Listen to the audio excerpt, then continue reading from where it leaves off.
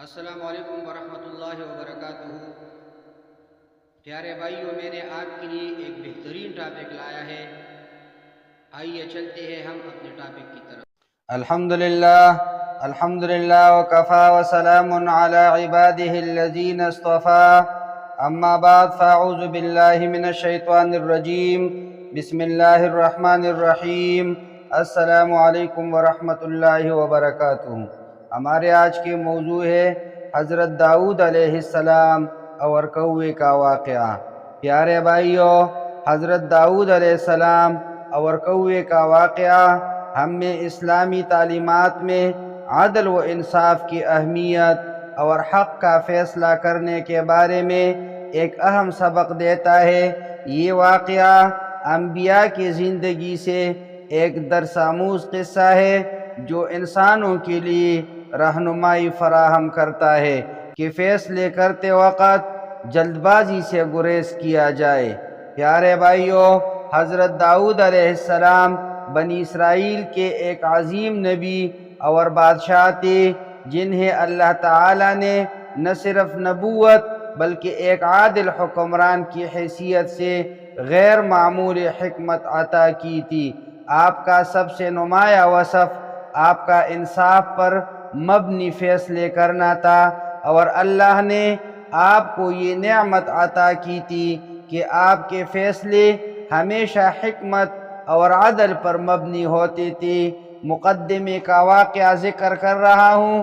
قرآن مجید میں سورہ صاد میں حضرت داؤد علیہ السلام کا ذکر موجود ہے، جہاں اللہ تعالی نے ایک واقعہ بیان کیا ہے جس سے ہمیں انصاف کی اہمیت کا درس ملتا ہے۔ حضرت داؤد علیہ السلام کے پاس دو شخص ایک مقدمہ لے کر آئے۔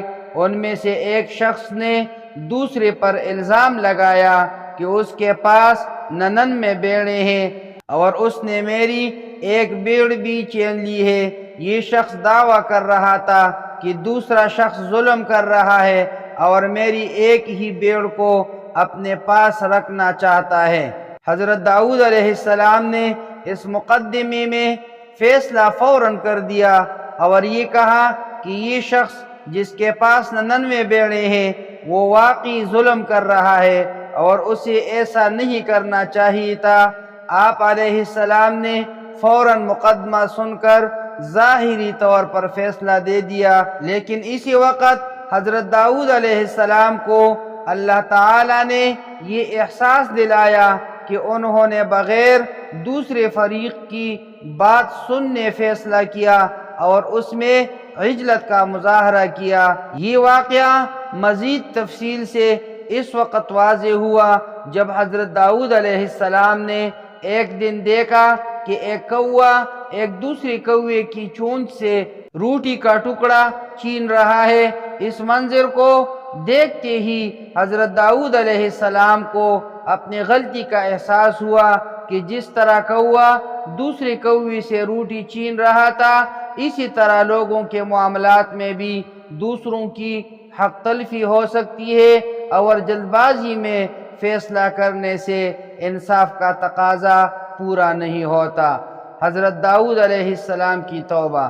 پیارے بھائیوں، حضرت داؤد علیہ السلام نے فوراً اللہ تعالی سے اپنی اس کوتاہی پر توبہ کی اور اللہ کے حضور اپنے عمل پر معافی طلب کی۔ اللہ تعالی نے ان کی عاجزی اور توبہ کو قبول کیا اور انہیں مزید حکمت و بصیرت عطا فرمائی۔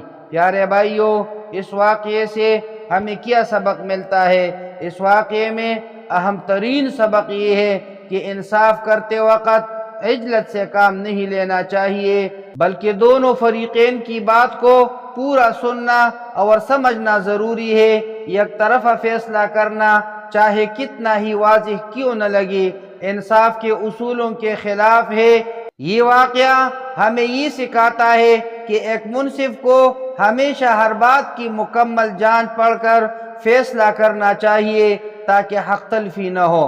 یہ سبق حضرت داؤد علیہ السلام جیسے عظیم نبی کے لیے بھی ایک یاد دہانی تھی کہ انسان کبھی کبھار جلدی میں فیصلے کر کے غلطی کر سکتا ہے، اور اس لیے ہمیشہ اللہ کی مدد اور حکمت طلب کرنی چاہیے۔ یہ واقعہ ہمیں زندگی میں عدل و انصاف کے اصولوں کی اہمیت بتاتا ہے، اور یہ کہ کوئی بھی شخص خواہ وہ کتنا ہی بڑا کیوں نہ ہو غلطی سے مبرہ نہیں ہے۔